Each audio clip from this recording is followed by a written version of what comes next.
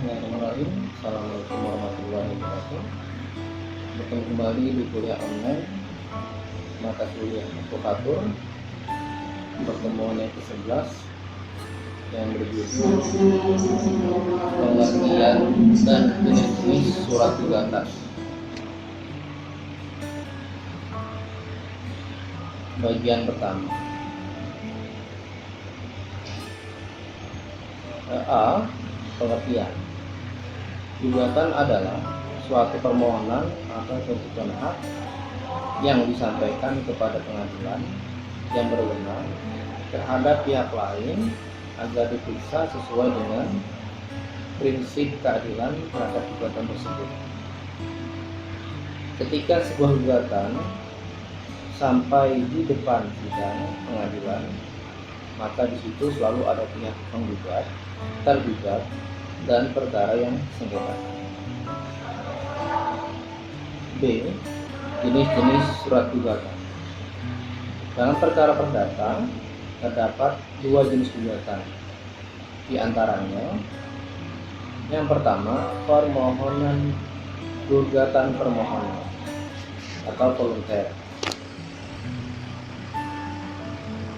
Gugatan volunter adalah permasalahan perdata yang diajukan dalam bentuk permohonan sebagaimana sebutan volunter dapat dilihat dalam penjelasan pasal 2 ayat 1 Undang-Undang Nomor 14 Tahun 1970 diubah dengan Undang-Undang Nomor 35 Tahun 1999 menyatakan penyelesaian setiap perkara yang diajukan kepada badan-badan peradilan mengandung pengertian di dalamnya penyelesaian masalah yang bersangkutan dengan yurisdiksi volunter. Kemudian ciri-ciri gugatan volunter di antaranya adalah masalah yang diajukan. Yang pertama adalah masalah yang diajukan bersifat kepentingan sepihak semata. Kedua, gugatan atau permohonan ini adalah tanpa sengketa. Ketiga, tidak ada pihak lain atau pihak ketiga yang ditarik sebagai lawan.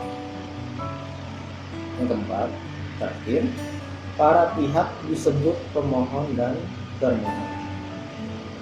Yang kedua, gugatan kontentius. Gugatan kontentius adalah suatu permasalahan yang perdata yang berbentuk gugatan. Dalam penjelasan pasal 2 ayat 1 Undang-Undang Nomor 14 Tahun 1970 diubah dengan Undang-Undang Nomor 35 Tahun 1999, tugas dan wewenang peradilan selain menerima gugatan volunter, namun juga menyelesaikan gugatan kontentius.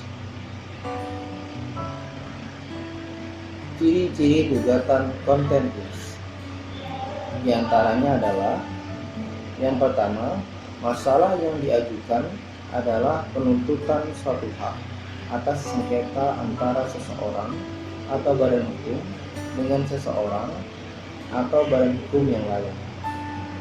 Kedua, adanya suatu sengketa dalam gugatan ini. Yang ketiga, terdapat lawan atau pihak lain yang bisa ikut diseret dalam gugatan ini. Yang terakhir, keempat, para pihak disebut penggugat dan tergugat. C. Bentuk gugatan. Yang pertama, gugatan lisan. Yang kedua, gugatan tertulis. D. Prinsip-prinsip gugatan. Yang pertama, harus ada dasar hukum. Yang kedua, adanya kepentingan hukum. Yang ketiga, merupakan suatu sengketa. Keempat, dibuat dengan cermat dan terang. Kelima, memahami hukum formal dan material.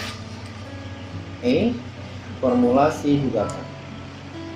Yang pertama, ditujukan kepada pengadilan sesuai dengan kompetensi relatif gugatan. Ditujukan kepada pengadilan sesuai dengan kompetensi relatif gugatan. secara formal harus ditujukan dan dialamatkan kepada pengadilan sesuai dengan kompetensi relatif yang sesuai dalam pasal 118 DIR. Kedua, diberi tanggal. Ketiga, ditanda tangani penggugat atau kuasa. Keempat, identitas para pihak. Kelima, posita. Poin pertama dari posita, substantirings teori. Bagi penggugat yang menurut suatu benda miliknya, selain menyebutkan sebagai pemilik, ia juga diharuskan untuk membuktikan atau menyebutkan asal-usul pemilikan benda tersebut. Misalnya, karena membeli, warisan, dan sebagainya. Poin kedua dari posita, individualisierings teori. Bagi penggugat yang menuntut suatu benda miliknya, ia cukup menyebutkan benda miliknya. Ia cukup menyebutkan sebagai pemilik. Sedangkan pembuktian atau penyebutan asal-usul benda tersebut bisa dilakukan dalam sidang di pengadilan.